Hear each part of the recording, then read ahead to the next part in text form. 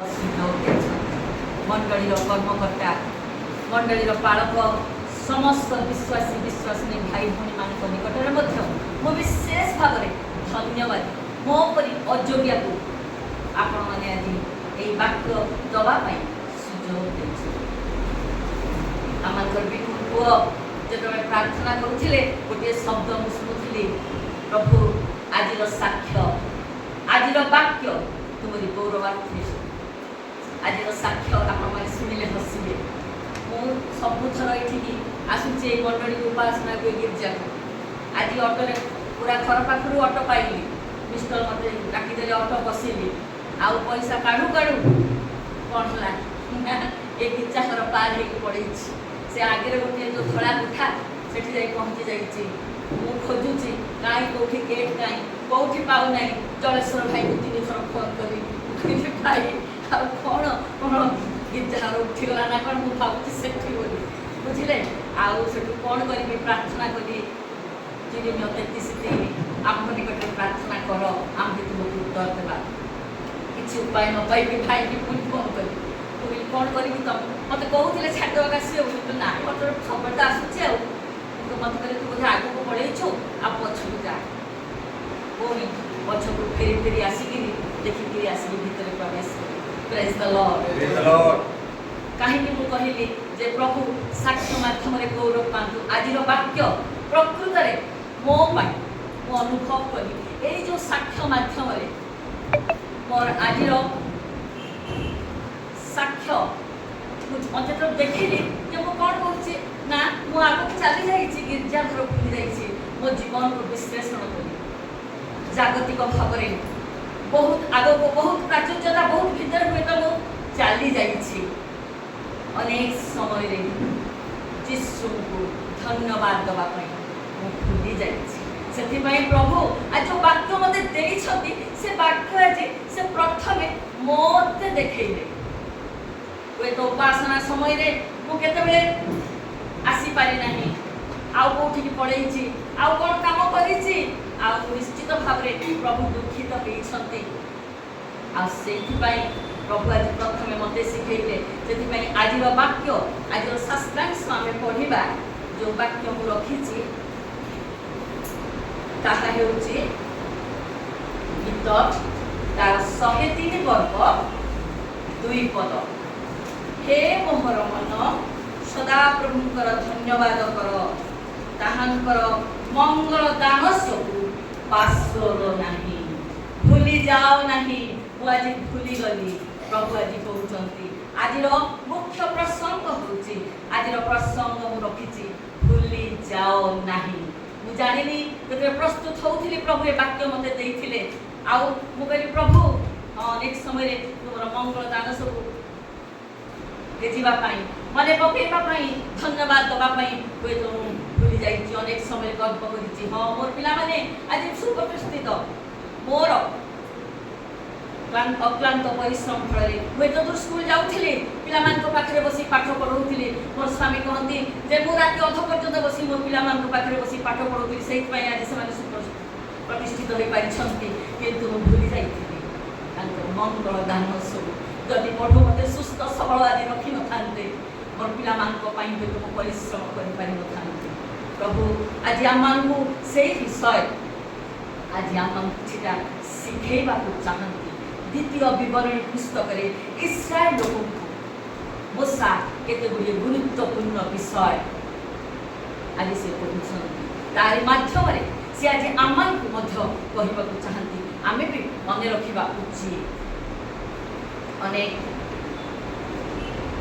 प्रभुंकर लोक मैंने कहती या हुए तो मूसांकर विदायकालीन वक्तव्य तारी माध्यम से इस्राएल लोक मानू अनेक गुड़े गुरुत्वपूर्ण विषय से कौन कहते आम आज प्रभुंकर मनोनीत लोक हिसाब से आम से प्रयोजन प्रथम विषय जदि आम देखा से कहते तुम्हें कौन थिल तुम्हें अतीत कौन थिल भूली जाओ नहीं तो प्रसंग को रखी भूली जाओ नहीं पासरी जाओ नहीं आज मूसा इस्राएल लोक मान कहते तुम्हें अतीत कौन थिल भूली जाओ नहीं पिला माने तुम जदि पारुच समस्त द्वितीय विवरणी पुस्तक टिके खोलिक रखिब मोर आखिर टिके प्रोब्लेम बाहर मु हटात देखि पारु नहीं आउ जदि आमे देखिबा लेखा जाउची द्वितीय विवरणी तार 5 पर्व 15 पद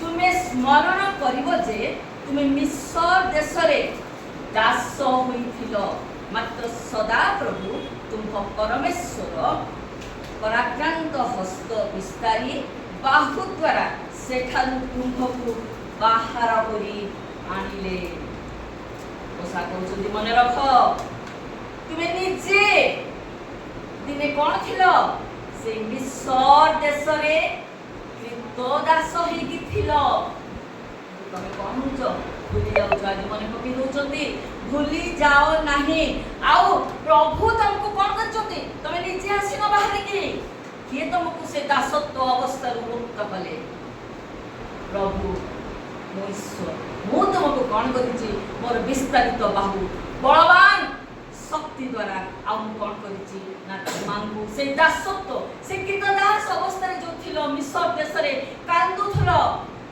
कष्ट पाउथलो आउ खाइबा को बे तो पाउ नथिलो कोरोना प्रहार पाउथलो सब भीतर से गति करूथलो शारीरिक कष्ट एवं मानसिक कष्ट से सब मु तुम कौन कली ना आज तुम मुक्त करिछि आमाने पढ़िबा टिके द्वितीय विवरणी तार से 15 पर्व 12 रु 15 काहे से कहउछन देखो अपना परमेश्वर को आज्ञा अनुसार विश्राम दिन पालन करी पवित्र कर तुमे 6 दिन परिश्रम अपना सब कर्म करिबो मात्र सप्तम दिन सदाप्रभु तुम परमेश्वर को विश्राम दिन अटे तहिरे तुम्हे कि तुम्हारा पुत्र कि तुम्हारा कन्या कि तुम्हारा दास कि तुम्हारा दासी कि तुम्हारा गोरु कि तुम्हारा गर्भक कि तुम्हारा कौनसी पशु कि तुम्हारा नगर द्वारवर्ती विदेशी एही कौनसी कार्य करिबो नाही तहिरे तुम्हारा दास ओ दासी तुम करी विश्राम करिबे तुमे स्मरण करिबो जे तुमे मिस्र देशरे दास होइथिलो मात्र सदाप्रभु परमेश्वर पराक्रांत हस्त ओ विस्तारित बाहु द्वारा सेठारु तुमको बाहर करि आनिबे एहेतु सदाप्रभु तुम परमेश्वर विश्राम दिन पालनार्थे तुमको आज्ञा देइछथि प्रेज द लॉर्ड आमे जदि 11 पदटी देखिबा कारण देशरु दरिद्र माने केबे लोक पाइबे नाही एथिपई मु तुमको आज्ञा दे कहउछि तुम्हे निश्चय अपना देशस्थ भाई प्रति अपना दुखी प्रति अपना दिनहीन प्रति अपना हस्त कौन करिबो ना मुक्त करिबो सेथिपई प्रभु मोसांक माध्यम रे इस्राएल को स्मरण करि दोचंती आज दुखी मानक प्रति दुखी माने सब बेले कहउचंती दुखी दरिद्र सब बेले सब दिन से माने निश्चित भाव रे कौन करिवे ना पृथ्वी रे रहिबे आउ तमे जते बेले दुखी दरिद्र को प्रति व्यवहार करूछ केमिति व्यवहार करूछ मने पकाओ मने रख तमे निजे दिने दास थिलो तमे निजे दिने दुख रे थिलो किंतु आज तुमर व्यवहार की प्रकार आउ कि आगो बुझिबा जदि हमें देखिबा द्वितीय विवरणी तार 16 रो 11 पद के देखिबा आ सदाप्रभु तुम परमेश्वर अपना नाम वास कराइबा पई जे स्थान मनोनीत करिवे से स्थान रे सदाप्रभु तुम परमेश्वर को सम्मुख रे तुमे ओ तुम पुत्र ओ तुम कन्या ओ तुम दास ओ तुम दासी ओ तुम नगर द्वारवर्ती लेवीय लोक ओ तुम मध्य थिबा विदेशी लोक ओ विद्रोही ओ विधवा तुमे समस्त आनंद करिवो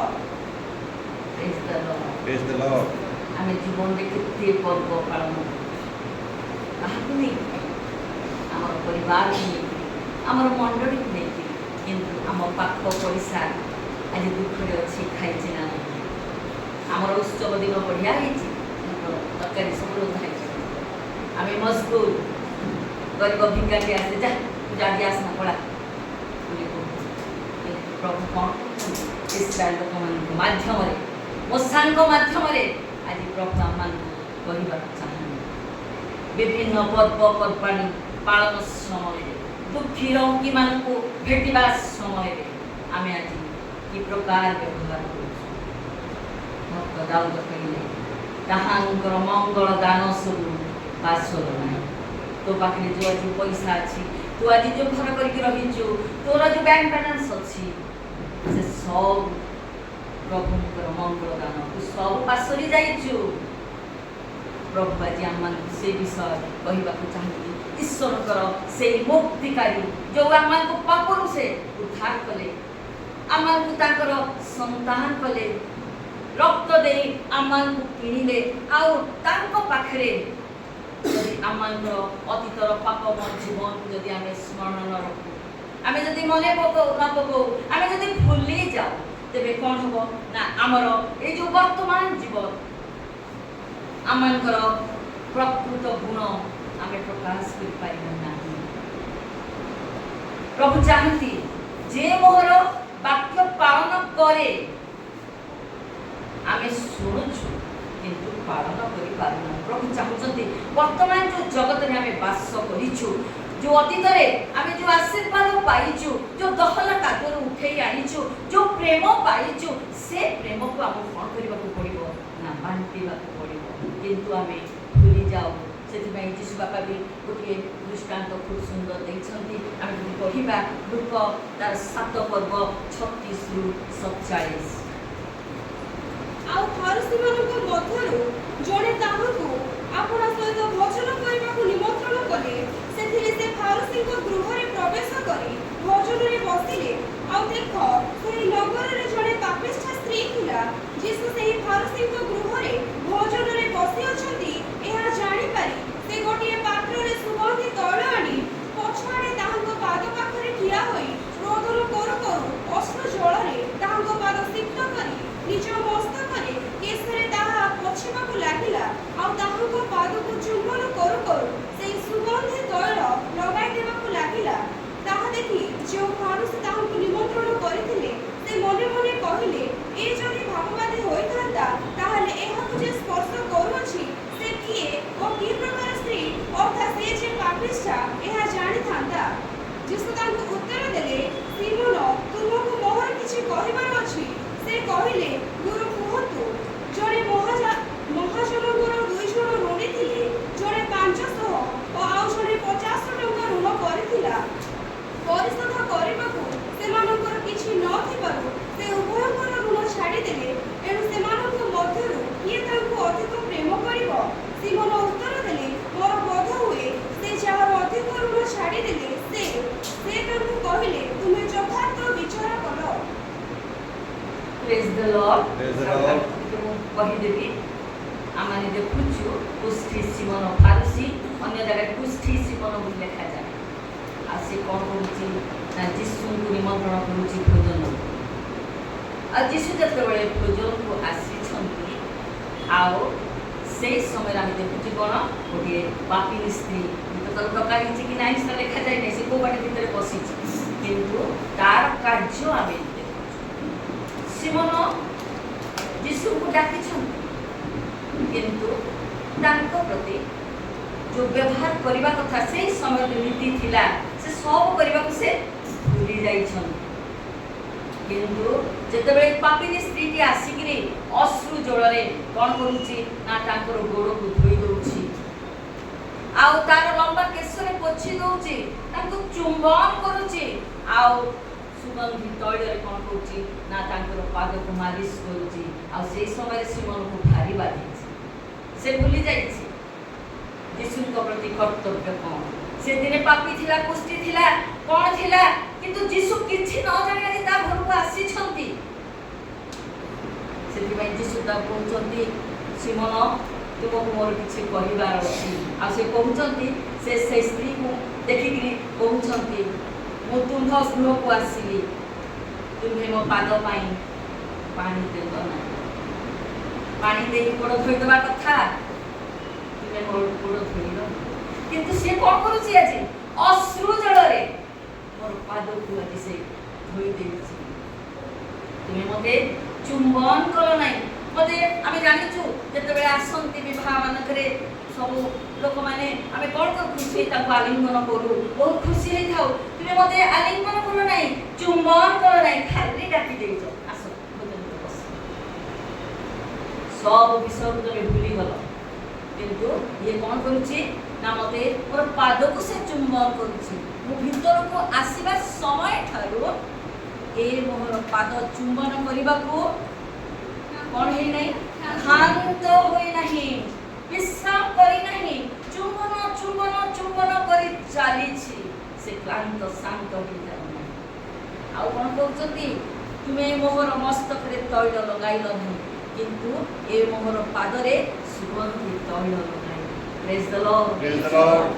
आज आमे चिंता आमे जिस बापा दान आमे मंगल दान सब भूली जाओ, किंतु जो गेस्ट आस्थान तांकर कथा आमे बड़ लोक मानकर कथा बेसी बुझू, सेमानक उच्च आसन देई थाओ बसिबा पानी, किंतु गरीब दुखी खाइला कि न खाइला से कोठी बसिला हमर जाय आसिला।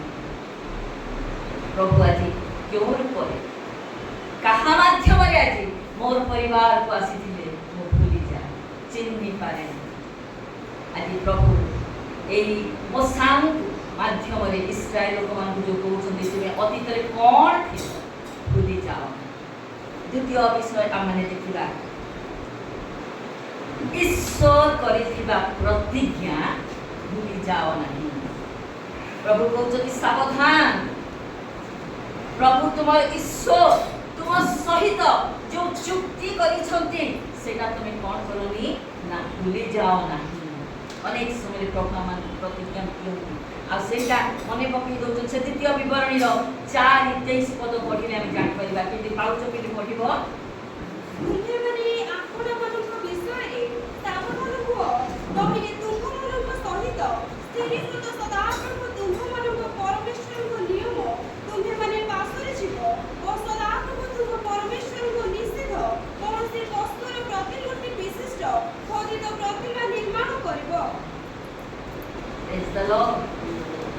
प्रभु तुम संगे जो प्रतिज्ञा करिछन अनेक समय रे जेतेबेले आमे नीरव रे ध्यान रे बसु प्रभु को सहित कथावार्ता करू, अनेक समय आमे सेही वाक्य पढी थाउ, किंतु हठात गोटे वाक्य आमक स्पर्श करे प्रभु प्रतिज्ञा करूछन ए विषय मते दबा पाए किंबा मने कर आमे कोन विशेष उपासना को जाइछु सेठिकार जो भाई किंबा भौणी दासवादासी प्रभुଙ୍କର वाक्य दियंती से वाक्य हुए तो आम हृदय स्पर्श करे आज प्रतिज्ञा बोधे मो पाई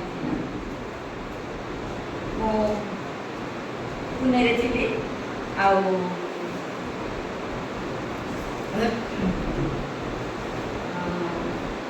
डिसेम्बर 31 राति रे रात्र उपासना वाच नाइट सर्विस को जाइथिली आ सेठारे उपासना सरिला परे आ सेठिकार पास्टर एइपरि केते गुए बाइबल लेखा पद आ से कोन कले टेबुल ऊपर उल्टी रखि देले आ रखि देले कहले आपण मन समस्त ओटो ग्यास नियंतु ए वर्ष पाई प्रभुंकर आपण मानक आ जते बेले मु गोटे पद बाहर कली आ ए पदटी मोर बाहर थिला Have I not commanded you? Be strong and courageous. Do not be afraid. Do not be discouraged. For the Lord your God will be with you wherever you go. Joshua 1:9. आमके कि तुमको आज्ञा देना हो बलवान को साहसी को कारण तुम्हें जीवन सदा प्रभु तुम परमेश्वर तुम्हारा संगी।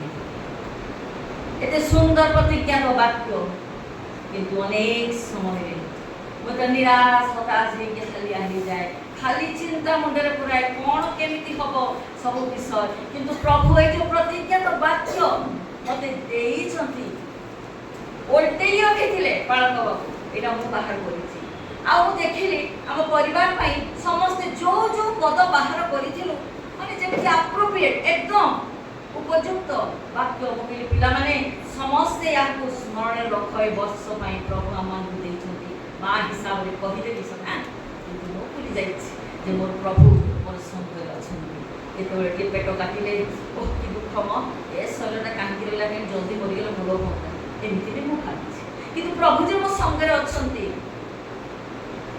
ପାଉଲଙ୍କ କଥା ମନେ ପଡ଼େ ଯେଉଁ କଣ୍ଟକ ଦେଇଥିଲେ ସେ କହନ୍ତି ଦୁର୍ବଳତାରେ ମୋର ଶକ୍ତି ସିଦ୍ଧ ହୁଏ। ପ୍ରଭୁ ସେ ବିଷୟ ମୋତେ କହିଲେ ତୋର ଦେହ ଖରାପ ଯାହା ବି ହଉ ତୋର ଦୁର୍ବଳତାରେ ତୋର ସବୁ ବିଷୟରେ ମୁଁ ତୋର ସାଙ୍ଗରେ ଅଛି। ତୋର ମନେ ନାହିଁ ଏ ବର୍ଷର ପ୍ରତିଜ୍ଞା ମୁଁ ତୋତେ ଦେଇଛି। ଆଉ ପ୍ରଭୁଙ୍କ ପାଖରେ ମଙ୍ଗଳ ଦାନ ସବୁ ମୁଁ ସ୍ମରଣ କରେ। ମୁଁ ଚିନ୍ତା କରିପାରେନି ମୋ ହୃଦୟ କୃତଜ୍ଞତାରେ ଭରିଯାଏ। ଛୋଟବେଳୁ ଏପର୍ଯ୍ୟନ୍ତ ପ୍ରଭୁ ମୋତେ କେମିତି ବହି ଆଣିଛନ୍ତି।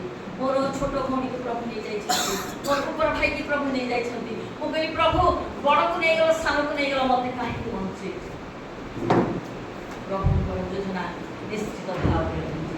ପ୍ରଭୁ ମୋତେ ଏପର୍ଯ୍ୟନ୍ତ ସୁରକ୍ଷା କରି ରଖିଛନ୍ତି। ଯଦି ଆମେ ବାକ୍ୟ ମଧ୍ୟକୁ ଯିବା ଯୀଶୁ ଜେରୁସାଲେମକୁ ଯାତ୍ରା କରୁଛନ୍ତି। ଆଉ ଯେତେବେଳେ ଗଧ ଉପରେ ବସି ଯାତ୍ରା କରୁଛନ୍ତି ଆଉ ସେଇ ସମୟରେ ଲେଖାଯାଏ ଶିଶୁମାନେ କିଛି ବୁଝିପାରୁନାହାନ୍ତି। ଆପଣମାନେ ଯଦି ବାହାର କରିବେ ଯୋହନ 12:14-16 ଇଏ ଖାଲି ବାହାର କରିକି ରଖନ୍ତୁ, ପଢ଼ିଲେ ଡେରି ହେଇଯାଉଛି। ମୁଁ ଖାଲି କହୁଛି ଆପଣମାନଙ୍କୁ।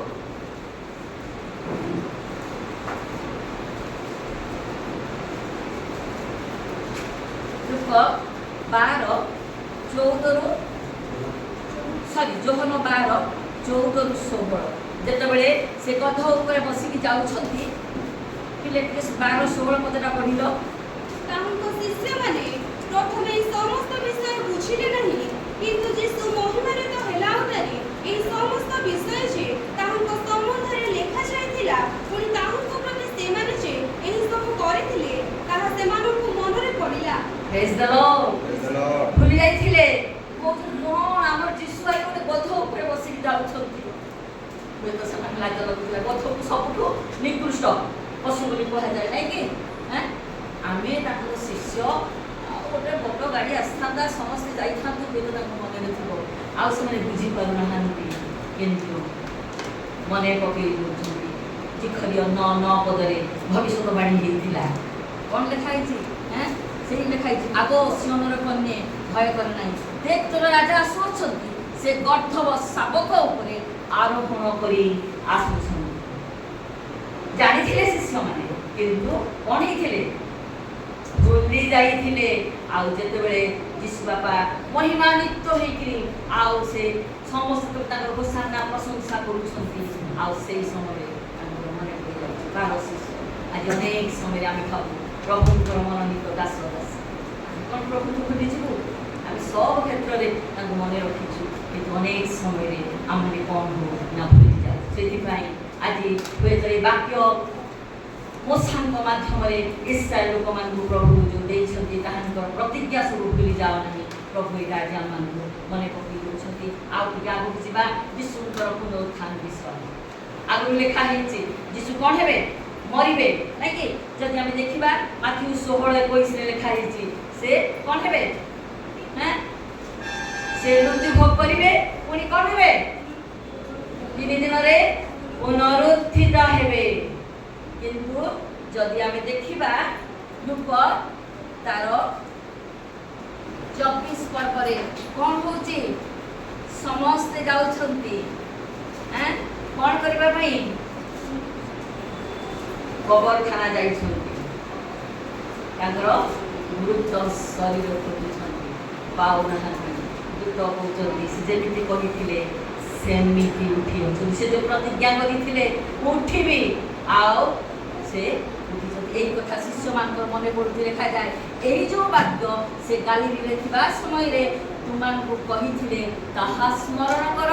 ଦୂତ କହୁଛନ୍ତି ସ୍ମରଣ କର, ମାନେ କଥା ଭୁଲି ଯାଇଛ।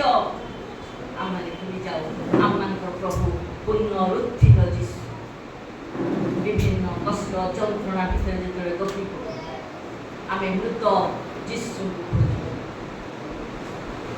ଜାଗତିକ ମନୁଷ୍ୟ ପାଖକୁ ଦୌଡ଼ି ଯାଉ, ଯାହାର କିଛି ଶକ୍ତି ନାହିଁ, ଯାହାର କିଛି ସାଧ୍ୟ ନାହିଁ। ଡାକ୍ତର ଉପରେ ଆମର ଭାରି ଭରସା। ଏଇ ଡାକ୍ତର ବଢ଼ିଆ ଡାକ୍ତର, ଆଉ ୟାର ଔଷଧ ବଢ଼ିଆ କାମ କରୁଛି। ଆମ ପ୍ରଭୁ ମୃତ ବୋଲି ଆମେ ପ୍ରିୟ ପିଲାମାନେ, ପ୍ରିୟ ଭାଇ ଭଉଣୀମାନେ ଆଜି ଚିନ୍ତା କରୁ। ଆମମାନଙ୍କର ପ୍ରଭୁ ମୃତ୍ୟୁକୁ ଜୟ କରି ଉଠିଛନ୍ତି। ସେ ପୁନରୁତ୍ଥିତ ଯୀଶୁ, ସେ ଯାହା ପ୍ରତିଜ୍ଞା କରିଥିଲେ ସେ ତାହା କ'ଣ କରିଛନ୍ତି? ଭୁଲି ଯାଇନା। କିନ୍ତୁ ଆମେ କ'ଣ କହୁଛୁ ନା ଭୁଲି ଯାଉଛୁ। आउ टिके आगु जिबा प्रेरित तार 11 15 16 पद भीतर जेतबेले उपासना रे साक्ष्य दउछन्ती शिक्षा दउछन्ती सेही समय कोन हला यदि हम देखिबा प्रेरित କଥା କହିବାକୁ ଆରମ୍ଭ କରିବା ସମୟରେ ପବିତ୍ର ଆତ୍ମା ପ୍ରଥମରେ ଆମମାନଙ୍କ ଉପରେ ଅବତରଣ କଲା ପରି ସେମାନଙ୍କ ଉପରେ ସୁଦ୍ଧା ଅବତରଣ କଲେ। ସେତେବେଳେ ପ୍ରଭୁଙ୍କ ଉକ୍ତ ଏହି ବାକ୍ୟ ମୋର ସ୍ମରଣରେ ପଡ଼ିଲା, ଯହନ ଜଳରେ ବାପ୍ତିସ୍ମ ଦେଲେ ସତ, କିନ୍ତୁ ତୁମେମାନେ ପବିତ୍ର ଆତ୍ମାରେ ବାପ୍ତିସ୍ମ ହେବ। ଭିତର ଭୁଲି ଯାଉଛନ୍ତି କ'ଣ କହୁଛନ୍ତି କ'ଣ ନା ମୁଁ କଥା କହିବା ଆରମ୍ଭ କରିବା ସମୟରେ ପବିତ୍ର ଆତ୍ମା ପ୍ରଥମରେ ଆମମାନଙ୍କ ଉପରେ ଅବତରଣ କଲା ପରେ ସେମାନଙ୍କ ଉପରେ ସୁଦ୍ଧା ଅବତରଣ ମୁଁ ତ ଈଶ୍ୱରଙ୍କର ଶିଷ୍ୟ ଉପରେ ଅବତରଣ ସେମାନଙ୍କ ଉପରେ କ'ଣ କରୁଛନ୍ତି ଅବତରଣ ସେ ଭୁଲି ଯାଇଥିଲେ। ଆଉ ସେଇ ସମୟ ଯେତେବେଳେ ପବିତ୍ର ଆତ୍ମା ଅବତରଣ କରୁଛନ୍ତି ଆଉ ସେ କ'ଣ କରୁଛି ତାଙ୍କର ସେଇ କଥା ମନରେ ପଡ଼ିବ। ଆଜି କ'ଣ ଆମେ ବିଶ୍ୱାସ କରୁଛୁ ପ୍ରଭୁ ପବିତ୍ର ଆତ୍ମା ଏଠି ଗମନାଗମନ କରୁଛନ୍ତି ବୋଲି ଯେନ୍ତା ପ୍ରଭୁ ଚାହାନ୍ତି ଏହି ପ୍ରତିଜ୍ଞା ମାଧ୍ୟମରେ ଆମମାନଙ୍କ ସହିତ କଥା ହେବା ପାଇଁ। ଆମମାନଙ୍କ ପ୍ରଭୁ ବିଶ୍ୱସ୍ତ ପରମେଶ୍ୱର, ସେ ମିଥ୍ୟା କହନ୍ତି ନାହିଁ। ଆମେ ଯାହା ଶପଥ କରିଛୁ ଅନ୍ୟଥା କରିବା ନାହିଁ ବୋଲି ସେ କହିଛନ୍ତି। ଯାହା ସେ ପ୍ରତିଜ୍ଞା କରିଛନ୍ତି ସେ ତାହା ସଫଳ କରୁଛନ୍ତି। ଆଉ ଟିକେ ଆଗକୁ ଯିବା। ଆଉ କ'ଣ କହିଥିଲେ ଇସ୍ରାଏଲ ଲୋକମାନଙ୍କୁ? ତୃତୀୟ ପଏଣ୍ଟ, ଦିଆଯାଇଥିବା ଶିକ୍ଷା ଭୁଲି ଯାଅ ନାହିଁ। ଆମେ ଯଦି ଦେଖିବା ଯେତେ ମହାନ ଧର୍ମ ଯାବା ଯାହା କିଛି ଗୋଷ୍ଠୀ ହଉ ଏମିତି ଆମର ବାକ୍ୟ ବହି କୋଉଠି ଏମିତି ବାକ୍ୟ ବିଧି ବିଧାନ ଈଶ୍ୱରଙ୍କ ବାକ୍ୟ ଲେଖାଯାଇଛି କାହାର ଧର୍ମଶାସ୍ତ୍ରରେ ତମେ ଦେଖିଛ? ଈଶ୍ୱରଙ୍କର ବାକ୍ୟ ଜୀବନ୍ତ ବାକ୍ୟ, ଦୁଇ ଧାର ଖଡ୍ଗ ଅସ୍ଥି ମଜ୍ଜା ଗ୍ରନ୍ଥର ପରିପେରକ। ଏହି ବାକ୍ୟ ଆଜି ଆମମାନଙ୍କୁ କହୁଛନ୍ତି ତମକୁ ଆଜି କ'ଣ ଶିକ୍ଷା ଦେଇଛନ୍ତି ତାହା ଭୁଲି ଯାଅ ନାହିଁ। ଆମେ ଯଦି ଦେଖିବା ଦ୍ୱିତୀୟ ବିବରଣୀ 4 ପର୍ବ 8 ରୁ 12 ପଦରେ ଲେଖାଯାଉଛି, ପୁଣି ମୁଁ ଆଜି ତୁମମାନଙ୍କ ସାକ୍ଷାତରେ ଯେ ସମସ୍ତ ବ୍ୟବସ୍ଥା ଦେଉଅଛି ତାହା ତୁଲ୍ୟ ଯଥାର୍ଥ ବିଧି ଓ ଶାସନ ଆଉ କେଉଁ ମହାକଷ୍ଟରେ ଅଛି? କେବଳ ନିଜ ବିଷୟରେ ସାବଧାନ ହୁଅ ଓ ନିଜ ପ୍ରାଣକୁ ଯତ୍ନପୂର୍ବକ ରକ୍ଷା କର, ନହେଲେ ଯାହା ତୁମର ଚକ୍ଷୁ ଦେଖିଅଛି ତାହା ତୁମ୍ଭେ ପାଶରେ ଯିବ ଓ ତାହା ଯାବଜୀବନ ତୁମ ହୃଦୟରୁ ଲୋପ ପାଇବ। ମାତ୍ର ତୁମ୍ଭେ ଆପଣା ପୁତ୍ର ପୌତ୍ରମାନଙ୍କୁ ତାହା ଶିଖାଅ, ଯେଉଁଦିନ ତୁମେ ହୋରେବରେ ସଦାପ୍ରଭୁ ତୁମ ପରମେଶ୍ୱରଙ୍କ ସାମୁରେ ଛିଡ଼ା ହୋଇଥିଲ। ସେତେବେଳେ ସଦାପ୍ରଭୁ ମୋତେ କହିଲେ, ଲୋକମାନଙ୍କୁ ଆମ୍ଭ ନିକଟରେ ଏକତ୍ର କର, ଆମ୍ଭେ ଆପଣା ବାକ୍ୟ ସେମାନଙ୍କୁ ଶୁଣାଇବା। କହିଲେ ସେମାନେ ପୃଥିବୀରେ ଯାବଜୀବନ ଆମ୍ଭକୁ ଭୟ କରିବାକୁ ଶିଖିବେ ଓ ଆପଣା ସନ୍ତାନମାନଙ୍କୁ ଶିଖାଇବେ। ତ ତୁମ୍ଭେମାନେ ନିକଟବର୍ତ୍ତୀ ହୋଇ ପର୍ବତ ତଳେ ଛିଡ଼ା ହେଲ। ସେହି ସମୟରେ ସେହି ପର୍ବତ ଅନ୍ଧକାର ମେଘ ଓ ଘୋର ତିମିରରେ ବ୍ୟାପ୍ତ ହୋଇ ଗଗନର ମଧ୍ୟ ପର୍ଯ୍ୟନ୍ତ ଅଗ୍ନିରେ ଜ୍ୱଳିଲା। ସେତେବେଳେ ସଦାପ୍ରଭୁ ସେହି ଅଗ୍ନି ମଧ୍ୟରୁ ସେତିକି ଥାଉ। ଆମେ ଦେଖୁଛୁ ବର୍ଷା କ'ଣ କହୁଛନ୍ତି ନା ଇସ୍ରାଏଲ ଲୋକମାନଙ୍କୁ କହୁଛନ୍ତି ଦିଆଯାଇଥିବା ସାକ୍ଷ୍ୟ ଭୁଲି ଯାଅ ନାହିଁ, ସାବଧାନ ତୀକ୍ଷ୍ଣ ହୁଅ, ନିଜ ପ୍ରତି ଦୃଷ୍ଟି ରଖ। ପ୍ରଭୁ ଯେଉଁ ଶିକ୍ଷା ଦେଇଛନ୍ତି ଅନେକ ବିଷୟ ପ୍ରଭୁ ତମମାନଙ୍କୁ ଶିକ୍ଷା ଦେଇଛନ୍ତି, 10 ଆଜ୍ଞା ଦେଇଛନ୍ତି। ଆଜି ତମେ ମନେ ରଖିବ, ତମର ପିଲାମାନଙ୍କୁ ସନ୍ତାନମାନଙ୍କୁ ମଧ୍ୟ କ'ଣ କରିବ ନା ସେ ବିଷୟ କହିବ, ଶିଖେଇବ। ଆଜି ଆମେ ଚିନ୍ତା କରୁ, ବ୍ୟସ୍ତ ହେଇଯାଉ, ମୋର ପିଲାଟା ଅବାଟରେ ଚାଲିଗଲା, ମୋର କଥା ଶୁଣୁନାହିଁ, ଅବାଧ୍ୟ ହେଉଛି, କେଉଁଠି ମନ୍ଦ କାମ କରୁଛି। କିନ୍ତୁ ଆଜି ବାପା ମା ହିସାବରେ ଆମେ ଚିନ୍ତା ଲେଖାଯାଏ ବ୍ୟବସ୍ଥା ପୁସ୍ତକ ତୁମ ମୁଖରୁ ବିଚଳିତ ନ ହଉ, ତୁମେ ଚାଲିଲା ବେଳେ କଥା କହିଲା ବେଳେ ତାକୁ ଧ୍ୟାନ କର, ପିଲାମାନଙ୍କୁ ଶିଖାଅ। ଯଦି ଆମେ ହିତୋପଦେଶ ପଢ଼ିବା ପିଲାମାନଙ୍କୁ ଶିଖାଅ, ଶୋଇଲା ବେଳେ ବସିଲା ବେଳେ କଥା କହିଲା ବେଳେ ପିଲାମାନଙ୍କ କ'ଣ କର ନା ଏଇ ବାକ୍ୟ। ଆଜି ଚିନ୍ତା କରୁ ବାପା ମା ଆଜି ଆମେ କେତେ ବିଶ୍ୱସ୍ତ ଆମ ପିଲାମାନଙ୍କୁ ଶିକ୍ଷା ଦେବାରେ। ଆମେ ଯେଉଁ ଶିକ୍ଷା ପାଇଛୁ ଆମ ଜୀବନରେ କ'ଣ ତାହା ଦେଖେଇଛୁ। ଆମେ କ'ଣ ଆମ ପିଲାମାନଙ୍କୁ କାନେ କାନେ ଏଇ ଈଶ୍ୱରଙ୍କର ବାକ୍ୟ କହିଛୁ କି? ଏବେ ଆମେ ଯଦି ଦେଖିବା ମୋବାଇଲ ଖୋଲିଲେ କ'ଣ ବାହାରୁଛି? ଈଶ୍ୱରଙ୍କର ବାକ୍ୟ, ନାଇଁ କି? ଟିଭି ମାଧ୍ୟମରେ, ମୋବାଇଲ ମାଧ୍ୟମରେ, ସଭା ସମିତି ଆମେ ଅନେକ ପ୍ରଚୁର ବାକ୍ୟର ପ୍ରଚୁରତା ଚାଲିଛି। କିନ୍ତୁ ଚିନ୍ତା କରୁ मूसा कहते इस्राएल मान ईश्वर देइथिबा शिक्षा भूली जाओ। आम शिक्षा एठू बाहरी गले से आगो को बास कंटा गछ दाबी दउची संसार चिंता दाबी दउची आउ किंबा पक्षी खाई जाउची आउ आमे उत्तम फल निजे तो फल पड़ी पारुना हो पिला मन को कोन आउ शिक्षा आमे भूली जाउछु अनेक समय वो भी देखे पद पद अनेक समय मोर मने पड़े एते पढ़ी दिने वाक्य भूली जाए संसार जंजाल पिला मान को कथा परिवार कथा जते बेले सब भीतर को व्यस्त रही जाए कोई तो दिने दिने प्रभु को धन्यवाद देवा को मध्य भूली जाए थाए राति अथरे चाकरा तुरे उठे प्रभु काली केते थन तुमको धन्यवाद देबी वो भूली जाई छी प्रभु क्षमा दियो एठारे आमे देखुछु गीत रचक खूब सुंदर भाव कहते गीत 119-16 पद लिखा जाए मु तुम विधि सबरे आनंद करी मु तुम्हारा वाक्य पासोरिबी नाही। Praise the Lord. आज हम के जण प्रभु तुम्हारा वाक्य मु पासोरिबी नाही दिवा रात्र ताकू ध्यान करिबी तुम वाक्य रे मु आनंद करिबी ना टीवी रे सीरियल फिल्म देखि मु आनंद करिबी से दिशा हमको बेसी आकर्षण करूची जगत रंग रस मौज मजलिस हमको आकर्षण करूची आमे पासोरी जाउछु ताहांकर मंगल गान सब जीवन रे जला पाइछु जो शिक्षा पाइछु जो प्रभु जो वाक्य देई छथि ए वाक्य केवल आम पाई आम से मनोनीत करि छथि हमको आमे हठात हे जाई का पापु से दिन राज दिगा भाई जो कहउले बोलना कोन जो भाई को करे आमे हठात आसी से हमको कोन करि छथि मनोनीत करि छथि आरंभ प्रभु कहले दिसु करे तुमे मते मनोनीत करिनो बहुत तुमको मनोनीत से आमांको मनोनीत करछन ताकर परिवार मुक्त करिसंती किंतु जो मंगल धन जो प्रेम दे आमांको से प्रेम करिसंती आमे कोन होछु ना भूली जाउछु। आबि आगु जिबा चतुर्थ पॉइंट मूसा इस्राएल लोक माननको बुझंती आश्चर्य कर्म सफल भूली जाओ नहीं। मूसा इस्राएल लोक माननको बुझंती तुमे माने मने पकाओ प्रभु कि प्रकार भयंकर क्लेश आनिले तुमको केते अलौकिक चिन्ह देखेले लक्षण देखेले निज आखिरे तुम देखिछ अनुभव करिछ गणित सब भूली जाइछ। आ हम देखिबा द्वितीय विवरणी 7:19 रे लिखा जाउची तुमे निज आखिरे जो महासत्य परख करियछ जो जो चिन्ह आश्चर्य क्रिया पराक्रांत हस्त विस्तारित बाहु द्वारा सदा प्रभु परमेश्वर तुमको बाहर करी आनी उछंती ताहा सब उत्तम रूपे स्मरण करिवो तुमे जो मानको भय करूछ से समस्त लोकक प्रति सदा प्रभु तुम परमेश्वर तद्रूप करिवे।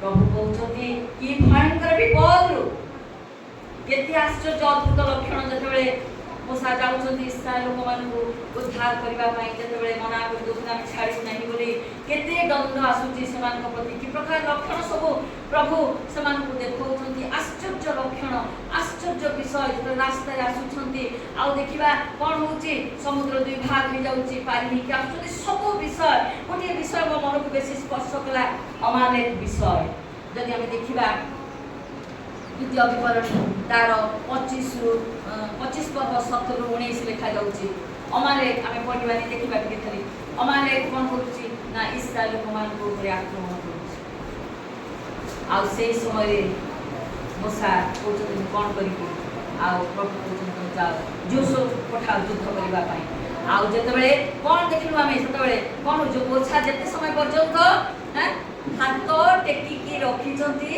इस्राएल लोके कोन होचंती ना विजयी होचंती जेतेबेले हाथ पड़ी जाउची अमालेक विजयी होची आ शेषरे कोन हला ना इस्राएल लोक माने युद्ध रे विजयी हेले आ सेति पई कहा जाउची से 19 पद रे टिके पढिबो 25-19 पद ए हेतु सदा प्रभु तुम परमेश्वर अधिकारते तुमको जे देश देबे सेही देश रे सदा प्रभु तुम परमेश्वर चतुर्दिगस्त तुम शत्रु मानक ठारू तुमको विश्राम देले तुमे आकाश तळरू अमानिकर स्मरण चिन्ह लोप करिवो तुमे पासरिबो नाही प्रभु तुमको केमिति रक्षा कले तमे पासोरी ଯିବ ନାହିଁ। ଆଜି ପ୍ରଭୁ ତାଙ୍କର ମନୋନୀତ ଲୋକମାନଙ୍କୁ ମଧ୍ୟ ସେଇ କଥା କହନ୍ତି। ଗୀତ 105:5-6 ଯଦି ଆମେ ପଢ଼ିବା ଲେଖାଯାଏ, ହେ ତାହାଙ୍କ ଦାସ ଅବ୍ରାହମର ବଂଶ, ହେ ତାହାଙ୍କର ମନୋନୀତ ଲୋକେ ଯାକୋବର ସନ୍ତାନଗଣ, ତୁମେମାନେ ତାହାଙ୍କର କୃତ ଆଶ୍ଚର୍ଯ୍ୟ କର୍ମ, ତାହାଙ୍କ ଅଦ୍ଭୁତ ଲକ୍ଷଣ, ତାହାଙ୍କ ମୁଖ ନିର୍ଗତ ଶାସନ ସକଳ ସ୍ମରଣ କର, ପାସୋରି ଯାଅ ନାହିଁ। କୁହାଯାଉଛି ମନୋନୀତ ଲୋକେ ତାଙ୍କର ସନ୍ତାନଗଣ, ତାଙ୍କର କୃତ ଆଶ୍ଚର୍ଯ୍ୟ କର୍ମ। ଆମମାନଙ୍କ ଜୀବନ ଯଦି ଆମେ ଦେଖିବା ଛୋଟ ବେଳ ପର୍ଯ୍ୟନ୍ତ ଆମେ ଅନେକ ସାକ୍ଷ୍ୟ ଦେଇଛୁ ପ୍ରଭୁ ଆମ ଜୀବନରେ କି ପ୍ରକାର ଆଶ୍ଚର୍ଯ୍ୟ କର୍ମ କରିଛନ୍ତି। କିନ୍ତୁ ଦରକାର ପଡ଼ିଲେ ଆମେ କ'ଣ ହେଇଯାଉ ନା ଭୁଲି ଯାଉ। ଆମେ ବ୍ୟତିବ୍ୟସ୍ତ ହୋଇପଡ଼ୁ, ମଣିଷ ପାଖକୁ ଦୌଡ଼ୁ, ଆଉ ଆମେ ଅତି ବିକଳ ହଉ, ଆଉ ପ୍ରଭୁଙ୍କର ସେଇ ଆଶ୍ଚର୍ଯ୍ୟ ଶକ୍ତି ସମ୍ପୂର୍ଣ୍ଣ ଭାବରେ ଆମେ ପାସୋରି ଯାଉ। କେବଳ ଆମେ ନୁହଁ, ଆମେ ଯଦି ଦେଖିବା 12 ଶିଷ୍ୟ ସବୁଦିନ ଯୀଶୁ ବାବାଙ୍କ ସହିତ ରହୁଥିଲେ, ସବୁ ଦେଖିଛନ୍ତି। ଆଶ୍ଚର୍ଯ୍ୟ ବିଷୟ, 12 ଡାଲା ବଳି ପଡ଼ିଲା, 7 ଡାଲା ବଳି ପଡ଼ିଲା, ସବୁ ଦେଖିଛନ୍ତି, କିନ୍ତୁ ସେମାନେ ବିଶ୍ୱାସରେ ଦୁର୍ବଳ ହୋଇଯାଇଛନ୍ତି। ସେଥିପାଇଁ ଯୀଶୁ ସେମାନଙ୍କୁ ବି ମନେ ପକାଇ ଦେଉଛନ୍ତି। ଆମେ ଦେଖିବା ମାଥିଉ 16:9-10 ଖୁବ୍ ସୁନ୍ଦର ଭାବରେ ବର୍ଣ୍ଣନା କରାଯାଇଛି। ତୁମେମାନେ କ'ଣ ଏପର୍ଯ୍ୟନ୍ତ ବୁଝୁନାହ? ଅବା ସେଇ 5,000 ଲୋକଙ୍କ 5ଟି ରୋଟି ଆଉ କେତେ ଟଙ୍କାରେ ଉଠାଇଲ? କିମ୍ବା ସେହି 4,000 ଲୋକଙ୍କ 7ଟି ରୋଟି ପୁଣି କେତେ ବେଦା ଉଠାଇଲ? ସେହି ସବୁ କି ତୁମ୍ଭମାନଙ୍କର ସ୍ମରଣ ନାହିଁ? ମୁଁ ଯେ ତୁମ୍ଭମାନଙ୍କୁ ରୋଟି ବିଷୟରେ କହି ନଥିଲି, ଏହା କିପରି ବୁଝୁନାହ? କିନ୍ତୁ ଫାରୁସୀ ଓ ସାଦୁକୀମାନଙ୍କ ଖମିର ବିଷୟରେ ସାବଧାନ ହୋଇଥାଅ। ପୂର୍ବଟିକେ ଯଦି ଆମେ ପଢ଼ିବା, ଯୀଶୁ ଯାଉଛନ୍ତି ଆର ପାରିକି, ଆଉ ଖାଦ୍ୟ ରୁଟି ନେବାକୁ ଭୁଲି ଯାଇଛନ୍ତି। ଆଉ ସେହି ସମୟରେ ଶିଷ୍ୟମାନଙ୍କର ବିଶ୍ୱାସ ଅନ୍ୟ ଦୁର୍ବଳ ହେଇଯାଉଛି। କୋଉଠୁ ରୋଟି ଆଣିବୁ, କୋଉଠୁ ଖାଇବୁ?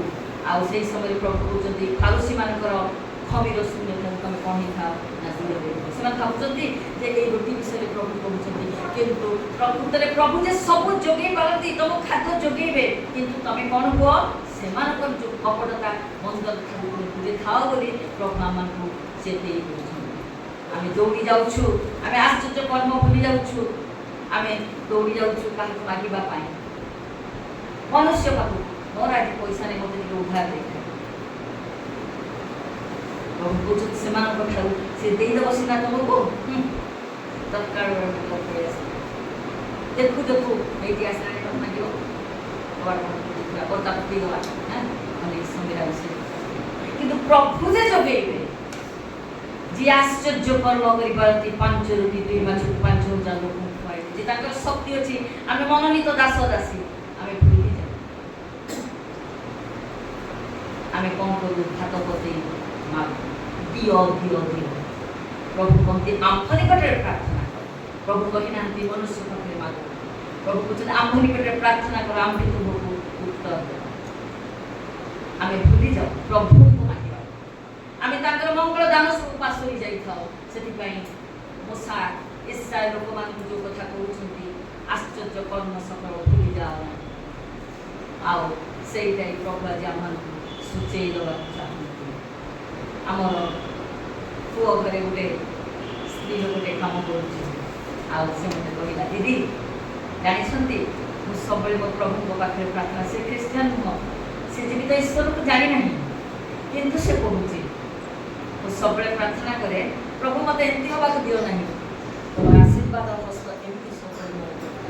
ପ୍ରେଜ୍ ଦ ଲର୍ଡ। ଆମେ ମନୁଷ୍ୟ ହିସାବରେ, ଈଶ୍ୱରଙ୍କ ସନ୍ତାନ ହିସାବରେ ପ୍ରଭୁକୁ ବିଶ୍ୱାସ କରୁଛୁ। ଯେଉଁ ପ୍ରଭୁ ଆମକୁ ଏତେ ଆଶ୍ଚର୍ଯ୍ୟ କର୍ମ ଦେଖେଇଛନ୍ତି, ଆଜି ଆମେ କ'ଣ ଆମମାନଙ୍କ ଜୀବନରେ ସେଇଟା କରିପାରୁଛୁ କି? ଏମିତି କରିବି ନାହିଁ କୋଉ ମଣିଷ ପାଖରେ, କାହିଁକି ନା ମୋର ହସ୍ତ, ମୋର ପ୍ରଭୁଙ୍କର ହସ୍ତ ମୋ ଉପରେ ଅଛି, ଆଶୀର୍ବାଦର ହସ୍ତ ମୋ ଉପରେ ଅଛି। ସେ ଯେଉଁ ବାଟରେ ହେଲେ ମୋତେ କ'ଣ କରିବେ ନା ଆଶୀର୍ବାଦ କରିବେ। ହୁଏତ ଦିନେ ଡେରି ହେଇପାରେ, 2 ଦିନ ଡେରି ହେଇପାରେ, ମାସେ ଡେରି ହେଇପାରେ, ବର୍ଷେ ଡେରି ହେଇପାରେ, କିନ୍ତୁ ପ୍ରଭୁ କେବେ ହେଲେ ତାଙ୍କର ପ୍ରତିଜ୍ଞାରେ ସେ କ'ଣ ହୁଅନ୍ତି ନା ଅବିଶ୍ୱସ୍ତ ହୁଅନ୍ତି। ସେ ବିଶ୍ୱସ୍ତ ପରମେଶ୍ୱର। ଆମେ ଯଦି ବିଶ୍ୱାସ ସହକାରେ ଏବଂ ଆଉ ଗୋଟେ ବିଷୟ ତାଙ୍କର ଇଚ୍ଛା ଅନୁସାରେ ଯଦି ଆମେ ପ୍ରାର୍ଥନା, ତାହେଲେ ପ୍ରଭୁ କ'ଣ କରନ୍ତି ନା ଆମମାନଙ୍କୁ ସେ ଦେଇଥାନ୍ତି। ଆଜି ଆମେ ଯେତେବେଳେ ବର୍ତ୍ତମାନ ଜଗତରେ ଯୋଗାସ କରୁଛୁ, ଦେଖୁଛୁ କ'ଣ ହେଇଛି, ଇରାନ ଆଉ ଇସ୍ରାଏଲ ଯୁଦ୍ଧ, ଲାଗି ରହୁଛି। ମୋର ଗୋଟେ ଦିଅରର ପୁଅ ସେ ସେଠି ଜେରୁସାଲେମରେ ଅଛି। ଆଉ କାଲି ଯେତେବେଳେ ନ୍ୟୁଜ୍ ଦେଖୁଥିଲୁ ଭାଇ ଟିକେ ବହୁତ ବ୍ୟସ୍ତ ହୋଇ ପଡ଼ିଲେ, ତା ବାପାକୁ ଫୋନ୍ ଲଗେଇବୁ କାହିଁକି ତାକୁ ଡାକି ଦେଉନି, ଯୁଦ୍ଧ ଲାଗିଲାଣି। ପ୍ରକୃତରେ ଆମେ ବ୍ୟସ୍ତ ହୋଇ ପଡ଼ୁ, ଦେଖୁଛୁ ପ୍ଲେନ୍ କ୍ରାସ୍ ହେଲା, ଏତେ ଲୋକ ମରିଗଲେ, କେଉଁଠି ନଦୀରେ ଲୋକ ଭାସି ଯାଉଛନ୍ତି, କେଉଁଠି ବାତ୍ୟା, କେଉଁଠି ବନ୍ୟା, କେଉଁଠି କ'ଣ ହେଇଯାଉଛି, ମୋ ପୁଅ ଆଜି କେଉଁଠି ଅଛି, ମୋ ଝିଅ ଆଜି କେଉଁଠି ଅଛି, ଆମେ ଚିନ୍ତିତ ବ୍ୟତିବ୍ୟସ୍ତ ହେଇପଡ଼ୁ। କିନ୍ତୁ ତାଙ୍କର ମଙ୍ଗଳ ଦାନ ସବୁ, ତାଙ୍କର ଆଶ୍ଚର୍ଯ୍ୟ କ୍ରିୟା ସବୁ ଆମ ଜୀବନରେ ସେ ଯେଉଁ ଅତୀତରେ କରିଛନ୍ତି ଆମେ କ'ଣ ହେଇଯାଉ ନା ଭୁଲି ଯାଉ। ଆଉ ସେଇଥିପାଇଁ ଆଉ ଈଶ୍ୱରଙ୍କର ଶକ୍ତିକୁ ଅନେକ ସମୟରେ ଏଇ ବର୍ତ୍ତମାନର ପରିସ୍ଥିତିରେ ଆମେ ଦେଖୁଛୁ ଈଶ୍ୱରଙ୍କ ଶକ୍ତିକୁ ଆମେ ସୀମିତ କରିବୁ, ସେ କରିପାରିବେ। ଚାଲ ଚାଲ ଏ ପ୍ରଭୁକୁ ପ୍ରାର୍ଥନା କଲେ କ'ଣ ହବ, ଆଗ ଦୌଡ଼, ଆଗ ୟାକୁ ଫୋନ୍ କର, ତାକୁ ଫୋନ୍ କର, ୟା ପାଖକୁ ଯାଅ, ତା ପାଖକୁ ଯାଅ। କିନ୍ତୁ ପ୍ରଥମେ ଯେ ପ୍ରଭୁଙ୍କ ପାଖରେ ଆଣ୍ଠେଇବା, ପ୍ରଭୁ ଯେଉଁ ପରିସ୍ଥିତି ଆସିଛି ସେ ପରିସ୍ଥିତିର ସମ୍ମୁଖୀନ ହେବା ପାଇଁ ତୁମେ ମୋତେ ଶକ୍ତି ଯୁକ୍ତ କର। କାହିଁକିନା ଅତୀତରେ ତୁମେ ମୋତେ ବହୁତ ଆଶୀର୍ବାଦ କରିଛ, ମଙ୍ଗଳ ଦାନ ସବୁ ମନେ ପକେଇବା ଗୋଟିଏ ଗୋଟିଏ ଯେତେବେଳେ। ଆଉ ଆଶ୍ଚର୍ଯ୍ୟ ପରମେଶ୍ୱର ଆଉ ସେ କ'ଣ କରିବେ ନା ଆମମାନଙ୍କୁ ମହତ ଆଶ୍ଚର୍ଯ୍ୟ ଏବଂ ଦୁଷ୍କର ବିଷୟ ମଧ୍ୟ ସେ ଆମମାନଙ୍କୁ ଆମ ଜୀବନରେ ଦେବେ। ଆମେ ଯଦି ଦେଖିବା ଦାଉଦଙ୍କର ବିଷୟ, ଦାଉଦ କେତେ ସୁନ୍ଦର ମନେ ପକାଉଛନ୍ତି ତାଙ୍କର ଅତୀତ। ଯେତେବେଳେ ପଲେଷ୍ଟିୟ ପାଖକୁ ଯୁଦ୍ଧ କରିବାକୁ ଯାଉଛନ୍ତି, ସାଉଲ ରାଜା କହୁଛନ୍ତି ତୁ ତ ଯୁବା ସୁନ୍ଦରିଆଟେ, ଆଉ ତୁ କ'ଣ ଯିବୁ ଏ ପଲେଷ୍ଟିୟ ବୀର ଯୌବନାବଧି ଯୋଦ୍ଧା, ଦେଖୁଛୁ ସେ କେମିତି ଅସୁର ପରି ଠିଆ ହେଇଛି, ତୁ ଗୋଟେ ଏତେ ସୁନ୍ଦର ଯୁବା, ତୁ କ'ଣ ଯିବୁ ତା ସାଙ୍ଗରେ ଯୁଦ୍ଧ କରିବା ପାଇଁ। ଦାଉଦ ଏତେ ସୁନ୍ଦର ସାକ୍ଷ୍ୟ ଦେଇ କହୁଛନ୍ତି, ଆମେ ଟିକେ ପଢିବା ପ୍ରଥମ ସାମୁଏଲ ତାର 17:37 ପଦଟି। ଆହୁରି ଦାଉଦ କହିଲେ, ଯେଉଁ ସଦାପ୍ରଭୁ ସିଂହ ହାତରୁ ଓ ଭାଲୁ ହାତରୁ ମୋତେ ରକ୍ଷା କରିଅଛନ୍ତି, ସେହି ପଲିଷ୍ଟିୟ ହାତରୁ ମୋତେ ରକ୍ଷା କରିବେ। ଏଥିରେ ସାଉଲ ଦାଉଦଙ୍କୁ କହିଲେ, ଯାଅ, ସଦାପ୍ରଭୁ ତୁମର ସଙ୍ଗୀ ହେବେ। ପ୍ରେଜ୍ ଦ ଲର୍ଡ। ଦାଉଦ ମନେ ପକାଉଛନ୍ତି, ମୁଁ ଯେତେବେଳେ ମେଣ୍ଢା ଚରାଏ, ଯେତେବେଳେ କୌଣସି ହିଂସ୍ରକ ଜନ୍ତୁ ମୋର ମେଣ୍ଢାମାନଙ୍କୁ ଆକ୍ରମଣ କରେ, ଆଉ ମୁଁ ସେମାନଙ୍କୁ ପାଟିରୁ ଛଡ଼େଇ ଆଣେ, ଆଉ କିଏ ମୋତେ ସାହାଯ୍ୟ କରନ୍ତି, କିଏ ମୋତେ ରକ୍ଷା କରନ୍ତି? ସେ କହୁଛନ୍ତି କୋଉ ମଣିଷ ମୋ ବାପା ବାପା ମୁଁ ମରିଗଲି ବୋଲି ଡାକିଛି, ନୁହଁ ଭାଇମାନେ ଆସରେ ମୋତେ ରକ୍ଷା କର ବୋଲି ଡାକିଛି, ନା ମୋର ପ୍ରଭୁ, ମୋର ସଦା ପ୍ରଭୁ, ଆଉ ସିଏ କ'ଣ କରୁଛନ୍ତି ନା ମୋତେ ରକ୍ଷା କରୁଛନ୍ତି। ଆଉ ଏ ସାମାନ୍ୟ ପଲେଷ୍ଟିୟ ବୀର କିଏ? ଆମମାନଙ୍କ ଜୀବନରେ ହୁଏତ ଆମେ କୌଣସି ହିଂସ୍ରକ ଜନ୍ତୁର ସମ୍ମୁଖୀନ ହେଇନୁ, କିନ୍ତୁ ତାପରେ ଅନେକ ପରିସ୍ଥିତି ଆମ ଜୀବନରେ ଆସେ, ପଲେଷ୍ଟିୟ ପରି ଛିଡ଼ା ହୁଏ ଆମ ସାମ୍ନାରେ, ଆମେ ଭୟ ପାଇ ପ୍ରଭୁ ଭୟ କରୁନୁ, ମୁଁ ତୋର ସଙ୍ଗରେ ଅଛି। ମନେ ପକା, ଆଉ ସେଇ ଇସ୍ରାଏଲ ଲୋକଙ୍କୁ କହିବା ପରି ପ୍ରଭୁ ଆମମାନଙ୍କୁ କହୁଛନ୍ତି, ତୋ ଜୀବନରେ କରିଥିବା ଆଶ୍ଚର୍ଯ୍ୟ କର୍ମ ସବୁକୁ କ'ଣ କର ନା ଭୁଲି ଯା, ସ୍ମରଣ କର।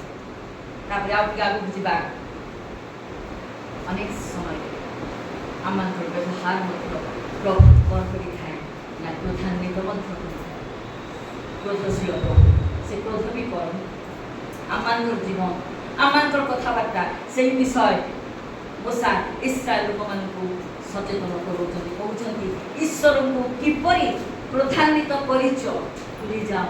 ଆମେ ତାଙ୍କୁ କ୍ରୋଧ ସେ ଜାଣିକାରୀ ଖୁସିରେ କ'ଣ ଆମ ଉପରେ ରାଗିବେ କି? ଆମେ ତାଙ୍କୁ କ'ଣ କରିଥାଉ ନା କ୍ରୋଧାନ୍ୱିତ କରିଥାଉ। ଆମେ ପଢ଼ିବା 2 ବିବରଣୀ 9 ପର୍ବ ତାର 7 ପଦଟି ଆଉ 14 ପଦଟି। ତୁମେ ଏହି ପ୍ରାନ୍ତର ମଧ୍ୟରେ ସଦାପ୍ରଭୁ ଆପଣା ପରମେଶ୍ୱରଙ୍କୁ କିପରି କ୍ରୋଧ କରାଇଅଛ, ତାହା ସ୍ମରଣ କର। ତୁମେ ତାହା ପାସର ନାହିଁ। ତୁମେ ମିଶ୍ର ଦେଶରୁ ବାହାର ହେବା ଦିନଠାରୁ ଏହି ସ୍ଥାନକୁ ଆସିବା ପର୍ଯ୍ୟନ୍ତ ତୁମେମାନେ ସଦାପ୍ରଭୁଙ୍କର ବିଦ୍ରୋହଚାରୀ ହୋଇଅଛ। ଆମକୁ ଛାଡ଼ି ଦିଅ, ପରେ ଆମେ ସେମାନଙ୍କୁ ବିନାଶ କରିବା ଓ ଆକାଶ ମଣ୍ଡଳ ତଳୁ ସେମାନଙ୍କ ନାମ ଲୋପ କରିବା। ମାତ୍ର ଆମ୍ଭେ ତୁମଠାରୁ ସେମାନଙ୍କ ଅପେକ୍ଷା ଅଧିକ ବଳବତୀ ଓ ମହତୀ ଏକ ଗୋଷ୍ଠୀ ଉତ୍ପନ୍ନ କରିବା। ପ୍ରଭୁ ତମେ ରଗେଇଛ, କ୍ରୋଧ କରେଇଛ, କେତେବେଳେ ଯେତେବେଳେ ତମେ ମରୁପ୍ରାନ୍ତରରେ ଆସୁଥିଲ, ଥରକୁ ଥର ତମର ବିଭିନ୍ନ ପ୍ରକାର ସବୁ ଡିମାଣ୍ଡ ଥିଲା। ଯେତେବେଳେ ପ୍ରଭୁ ମାନ୍ନା ଯୋଗେଇଲେ, ଓ ଏ ଶୁଖିଲା ଏଇ ଶସ୍ୟ ଗୁଡ଼ାକ କେତେ ଦିନ ଖାଇବୁ, आमे सेठी केमती मांस हांडी पाखरे बसिकरी ओ बड़ बड़ मांस हांडी मांस खाउथुलु आउ से कथा हम तो मांस दउनु गणा पुस्तक 11 लिखा जाउची प्रभु लागु एमानकु एते करिकि आनिली एमाने भूली जाउछ आउ प्रभु को आमे केते थरा मान जीवन रे सेमिति प्रधान मांस दरकार पियाज दरकार रसुण दरकार काकुड़ी दरकार मरु प्रांतर रे से माने सब मागुचंती प्रभु जे मेघ स्तंभ आलोक स्तंभ समुद्र पार करि काढले अमालेक रक्षा करे से सब भूली जाउछंती जतबे जाउछंती समुद्र आगु देखुचंती पछरे मिसरियो माने मारी आसिले पुणी से माने से प्रभु को धार्मिक करी मोसांबाली होछंती कोन मिसरे कबर नथिला तमे अधा रास्ता हमको मारिबा पाणिलो आमे सेठी रहिथांतु सेठी मरिथांतु सेठी कबर पाइथांतु प्रभु केमती तुमान को मुक्त करे जल को दुई भाग आ तुमे कोन कलो सुस्त पथ विकास सेटा स्मरण करो भूली जाओ नाही आमे तो देखिबा आउ टिके यात्रा 32 रे खूब सुंदर विषय लिखा जाउची मोसा जेतेबेले जाउछंती 10 आज्ञा पाई पर्वत को जेतेबेले पर्वत रु ओले कि से कोन देखुचंती इस्राएल लोक माने कोन करिचंती गोटे सुनार बाछुरी हैं ताको के सहायता करिसथि मोसांकर भाई हारण जहां को प्रभु दर्शन पठेइथिले जे सब रक्षण देखिसथि हैं केमिति मिस्त्रीय माने केमिति दंड भोग कले की चिन्ह की रक्षण सब देखिकि भी आउ से कोन होचंती ना से मानको कहउचंती आउ तमे कोन करो सब आण तमर सुना फुना आउ सब आण यात्रा 32 पर्व रे खूब सुंदर लिखा जाए आ कोन कहउचंती ना देवता निर्माण कहउचंती कोन ना बाछुरी सुनार बाछुरी यानी करी कोन कहउचंती जो देवता तुमको मिस्र देशरु बाहर करी आनले ए होची सही जीवित ईश्वर को पासुरी हारण जे कि प्रभुଙ୍କର आभार प्राप्त प्रभु ताको पठेइथिले मोसांक संग किंतु आ से कोन होचंती ना सब आश्चर्य कर्म को भूल जाइथि प्रधान्वित होचंती प्रभु अनेक आमे प्रभुଙ୍କର दास भावे आमे अनेक समय रे आमे जो आमानकर विश्वासी भाई भणी मान आमानकर जीवन आमानकर कार्य आमे बहु एठी ठिया है खूब सुंदर कथा होची किंतु चाली गले मोर घरर कबाट भितरे मोर जीवन आज कि चिंता प्रभु आमानकु जो आश्चर्य विषय आम जीवन में करिसथि जो मंगल दान सब देइसथि आमे कोन ही जाउछु ना सब भूली जाउछु किंतु तार 105 पर्व 5-6 पद आमे जदि आमे देखिबा से कथा प्रभु कोन करछथि ना आमको स्मरण करे दोछथि मनोनीत दास तुमे भूली जाओ मनोनीत करिछि तुमे आज तुमर प्रतिवासी तुमर परिवार तुमर पुओ छियो आज कोन तम भीतर देखुछथि आमे चिंता करू काहे आज प्रभु ए विषय आमन कहबा चाहू जदि आज आमको जीवन रे प्रभु को कौन सी विषय ने प्रधान्वित करी आउ जे परि आम जीवन रे प्रभु सचेतन चेतई दबा चाहू आमको जीवन जति प्रभु कर हो प्रभु को जति आमे कोन करि परिबा गौरवान्वित करि परिबा तापरे शेष रे आमने देखिबा मोसा इस्राएल को मान को तुमर आशीर्वाद दातांकु भूली जाओ नहीं जे तुमको आशीर्वाद दे जेतेबेले सब उत्तम विषय तुमे लाभ करिवो भोग करिवो परितृप्त हबो सेतेबेले सावधान जे तुमको आशीर्वाद करे जो प्रभु तुमको विषय देशरु बाहर करि काढले तमर सब विषय सह्य करिकरी तुमको उत्तम देशरु नउछन्ति सेतेबेले तमर आशीर्वाद दाता को भूली जाओ नहीं द्वितीय विवरणी तार 32-18 खूब सुंदर लिखा जाए जो परमेश्वर तुमको जन्म देले तुम्हे ताहाको पाश्चर्य छ तुमको जन्म देथिले तुमे कोन करिछ ना ताको पाश्चर्य छ आमी टिके पढिबा द्वितीय विवरणी तार 6 पर्व 10 रु 12 पद ତୁମ୍ଭ ପୂର୍ବପୁରୁଷ ଅବ୍ରାହମ ଓ ଇସାକ ଓ ଯାକୋବ ନିକଟରେ ସଦାପ୍ରଭୁ ତୁମ୍ଭ ପରମେଶ୍ୱର ତୁମ୍ଭକୁ ଯେଉଁ ଦେଶ ଦେବା ପାଇଁ ଶପଥ କରିଅଛନ୍ତି ସେହି ଦେଶରେ ସେ ତୁମ୍ଭକୁ ଉପସ୍ଥିତ କରାଇଲା ଉତ୍ତାରେ ତୁମେ ଯାହା ଗାନ୍ଧି ନାହ ଏପରି ବୃହତ ଓ ସୁନ୍ଦର ନଗର ଆଉ ଯାହା ତୁମେ ପୂର୍ଣ୍ଣ କରିନାହ ଏପରି ସକଳ ଉତ୍ତମ ଦ୍ରବ୍ୟରେ ପରିପୂର୍ଣ୍ଣ ଗୃହ ଓ ଯାହା ତୁମେ ଫଳିର ନାହିଁ ଏପରି ଫଳିତ କୂପ ତାହା ରୋପଣ କଲ ନାହିଁ ଏପରି ଦ୍ରାକ୍ଷାକ୍ଷେତ୍ର ଓ ଜିତ ବୃକ୍ଷ ପାଇ ଯେତେବେଳେ ତୁମେ ଭୋଗ କରି ତୃପ୍ତ ହେବ ସେତେବେଳେ ସାବଧାନ ଯେ ତୁମକୁ ଦାସଗୃହରୁ ମିଶ୍ର ଦେଶରୁ ବାହାର କରି ଆଣିଅଛନ୍ତି ସେ ସଦାପ୍ରଭୁଙ୍କୁ ପାସର ନାହିଁ। ପ୍ରେଜ୍ ଦ ଲର୍ଡ। ତମେ ସବୁ ପାଇବ ସେଠି ଯୋଉଟା ତମେ ନିଜେ କରିନ ତମ ଜୀବନରେ, କିନ୍ତୁ ସେ ସବୁ ପ୍ରଭୁ ତମକୁ ଆଶୀର୍ବାଦ କରିକି କହୁଛନ୍ତି ମୋର ଅନୁରୋଧ ସାବଧାନ କ'ଣ କହୁନି ତୁମର ସେଇ ଆଶୀର୍ବାଦ ଦାତାଙ୍କୁ ଭୁଲି ଯାଅ ନାହିଁ। ଯିଶାୟ କହନ୍ତି କାରଣ ତୁମେ ଆପଣା ପରିତ୍ରାଣ ପରମେଶ୍ୱରକୁ କ'ଣ ହେଇଛ ନା ପାଶୋରି ଯାଉଛ। ଇସ୍ରାଏଲ ଲୋକମାନେ ପାଶୋରି ଯାଉଥିଲେ। ଆମେ କହିବା ହଁ ସେମାନେ ବିଭିନ୍ନ ବିଷୟ ଦେଇ ଯାଉଥିଲେ ତ ଭୁଲି ଯାଉଥିଲେ, କିନ୍ତୁ ଆମମାନଙ୍କର ଏଇ ଦୈନନ୍ଦିନ ଜୀବନରେ ଯିଶାୟ କହୁଛନ୍ତି ଆଉ କ'ଣ କରନି ନା ତୁମେ ତୁମର ପରିତ୍ରାଣକର୍ତ୍ତା ତୁମେ ଦିନେ ପାପ ପଙ୍କରେ ପଡ଼ି ଦହଲା କାଦୁଅରେ ଛଟପଟ ହେଉଥିଲ, କେହି ତମ ପାଖ ଦେଇକି ଯାଉନଥିଲା, ତମକୁ ଦେଖିଲେ ଘୃଣା କରୁଥିଲା, ଆଉ ସେ ପ୍ରଭୁ ଯୀଶୁ ସେ କ'ଣ ହେଲେ ଆମ ପାଇଁ ସବୁ କଷ୍ଟ ସେ ବହନ ସେ ଆମମାନଙ୍କ ନିମନ୍ତେ କ୍ଷତ ବିକ୍ଷତ ହେଲେ, ଆମମାନଙ୍କର ଶାନ୍ତିଜନକ ଶାସ୍ତି ତାହାଙ୍କ ଉପରେ ବର୍ତ୍ତିଲା, ତାହାଙ୍କ ପ୍ରହାରରେ ଆମମାନେ ଆଜି ସୁସ୍ଥ। ଏଇ ଯେଉଁ ଆଶୀର୍ବାଦ, ଏଇ ଯେଉଁ ମଙ୍ଗଳଦାନ, ଏଇ ଯେଉଁ ପ୍ରେମ ଆମେ ଆଜି ସତରେ ମନେ ରଖିଛୁ ନା ଭୁଲି ଯାଉଛୁ। ପ୍ରଭୁ କହୁଛନ୍ତି ଧୁନ ନାହିଁ।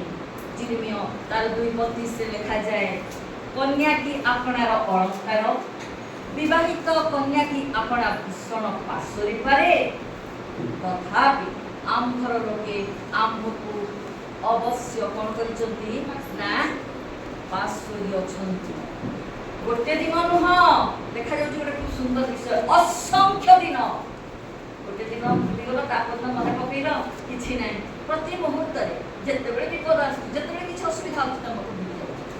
କହୁଛନ୍ତି କନ୍ୟା ଭୁଲି ପାରେନି ତାର ଅଳଙ୍କାର, ବିବାହିତ କନ୍ୟା ତାର ଭୂଷଣ ଭୁଲି ପାରେନି, କିନ୍ତୁ ଯେଉଁ ସୃଷ୍ଟିକର୍ତ୍ତା ଆମମାନଙ୍କୁ ସୃଷ୍ଟି କରେ, ଯେଉଁ ଆଶୀର୍ବାଦ ଦାତା ଆମମାନଙ୍କୁ ଆଶୀର୍ବାଦ କରି ସୁସ୍ଥ ସବଳରେ ଆମକୁ ଆଜି ବଞ୍ଚେଇ ରଖିଛନ୍ତି, ଆମେ କ'ଣ କରୁଛୁ ନା ଭୁଲି ଯାଉଛୁ।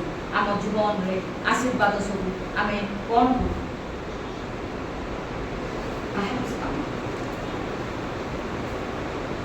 ଆମମାନଙ୍କ ଜୀବନର ଯେଉଁ ଆଶୀର୍ବାଦ ଶ୍ରେୟ, ଯେତେବେଳେ ରେଜଲ୍ଟ ସବୁ ପଢ଼ାଯାଉଛି ମୁଁ ଶୁଣୁଥିଲି, ଯେଉଁ ପିଲାମାନେ ପ୍ରଥମ ପୋଜିସନ୍ ପାଇଥାନ୍ତି ତାଙ୍କୁ କୁହାଯାଏ ତମର ଟିକେ ଦେଲ, ତମେ କାହାକୁ ଶ୍ରେୟ ଦେବ, ଆଉ ସେ କ'ଣ କହିଲେ ମୋର ବାପାଙ୍କୁ ମୁଁ ଶ୍ରେୟ ଦେଉଛି, ମୋ ବାପା ମୋତେ ସାହାଯ୍ୟ କରୁଛନ୍ତି, ମୋ ଶିକ୍ଷକଙ୍କୁ ମୁଁ ଶ୍ରେୟ ଦେଉଛି, ସେ ମୋତେ ସାହାଯ୍ୟ କଲେ, ସେଥିପାଇଁ ମୁଁ ଆଜି ପ୍ରଥମ ପୋଜିସନ୍ ପାଇଲି, ସେଥିପାଇଁ ମୁଁ ଆଜି ଚାକିରି ପାଇଲି। କିନ୍ତୁ ଆଜି ଆମେ ଈଶ୍ୱରଙ୍କର ମନୋନୀତ ଦାସ ଦାସୀ ହିସାବରେ, ତାଙ୍କର ପୁଅ ଝିଅ ହିସାବରେ ଆମମାନଙ୍କର ଆଶୀର୍ବାଦ ସ୍ଥାନ ଆଜି ଆମେ କାହାର ଚିନ୍ତା କରୁ। ପ୍ରଭୁ ଆମମାନଙ୍କୁ ଅନେକ ବିଷୟରେ ଆଶୀର୍ବାଦ କରିଛନ୍ତି। ଆମେ ଯଦି ଦେଖିବା ଗୀତ 44:20-21, ଯେବେ ଆମମାନେ ଆପଣା ପରମେଶ୍ୱରଙ୍କ ନାମ ପାଶୋରି ଥାଉ ଅବା କୌଣସି ଅନ୍ୟ ଦେବତା ଆଡ଼େ ହସ୍ତ ପ୍ରସାରିଅଛୁ, ତେବେ ପରମେଶ୍ୱର କି ତାହା ଅନୁସନ୍ଧାନ କରିବେ ନାହିଁ, କାରଣ ସେ ଅନ୍ତଃକରଣର ଗୁପ୍ତ ମନ୍ତ୍ରଣା ଗୁପ୍ତ ବିଷୟ ସବୁ ଜାଣନ୍ତି। ଆମେ ଆଶୀର୍ବାଦ ପାଉ, କିନ୍ତୁ ଆମେ କ'ଣ କରୁ ନା ପାଶୋରି ଯାଉ। ଦେଖାଯାଉଛି ପରମେଶ୍ୱର କି ଅନୁସନ୍ଧାନ କରୁନାହାନ୍ତି, ମୋର ଅନ୍ତଃକରଣ ଆଜି କ'ଣ କହୁଛି, ମୋର ବାପା ପାଇଁ ମୁଁ ଠିଆ ହେଲି, ମୋର ମା ପାଇଁ ମୁଁ ଠିଆ ହେଲି, କିନ୍ତୁ ଯେଉଁ ଆଶୀର୍ବାଦ ପ୍ରଭୁ କରିଛନ୍ତି ସେଇ ସ୍ଥାନ ଯେଉଁ ଈଶ୍ୱରକୁ ଦେବା କଥା ମୋର ଅନ୍ତଃକରଣରେ, ମୁଁ ତାଙ୍କୁ ନ ଦେଇକିରି ଆଉ କ'ଣ କରୁଛି ନା ଅନ୍ୟମାନଙ୍କୁ ଶ୍ରେୟ ଦେଉ। ଚିନ୍ତା କରୁ ଆମର ଭିତରେ ଆମର ଯେଉଁ ପ୍ରେମିକ ପିତା ଅଛନ୍ତି, ଆମେ ସତରେ ତାଙ୍କୁ ବିଶ୍ୱାସରେ ଆଜି ଜାବୁଡ଼ି ଧରିଛୁ, ତାଙ୍କର ସେଇ आशीर्वाद दान से मंगल दान को सब आम भूली जाना जदि आम देखा आम द्वितीय पितर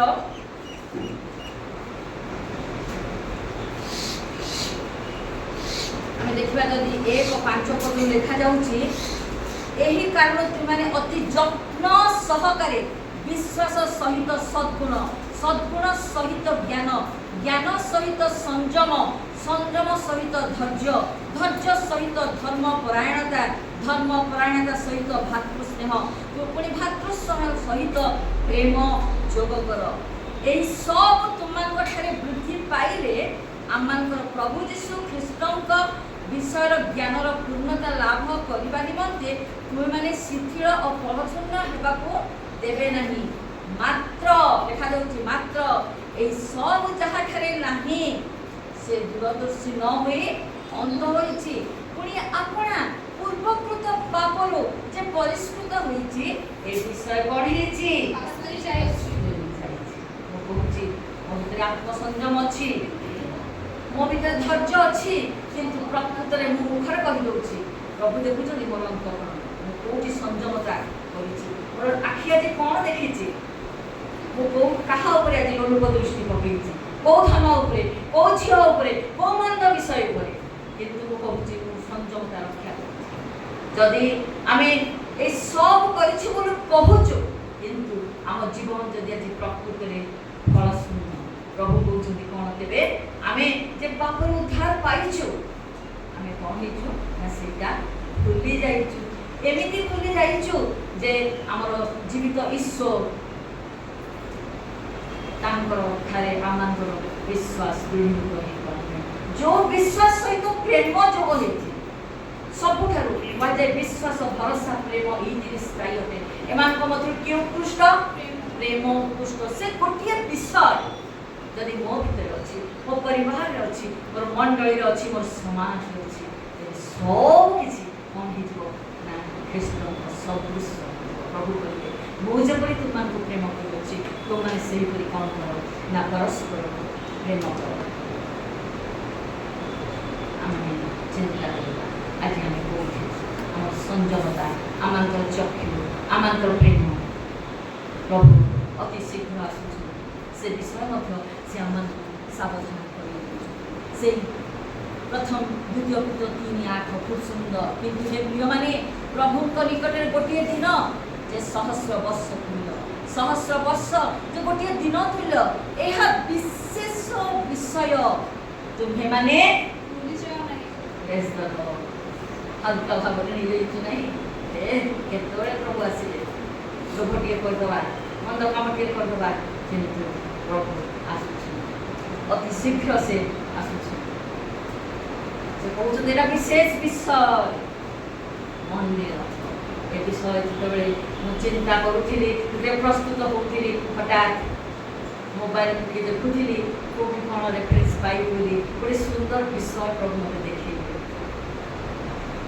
बापा मां कर डिवोर्स होती से विषय बापा मां परस्पर ठारू अलग होती 10 वर्षर झीटी रही आते कोर्टे जजमेंट जो झीटी माँ पाखे साधारणतः समस्ते माँ को प्रिफर कर कि आउ सरीगला ठीक जज उठा जाऊँ 10 वर्षर झीटी कांदी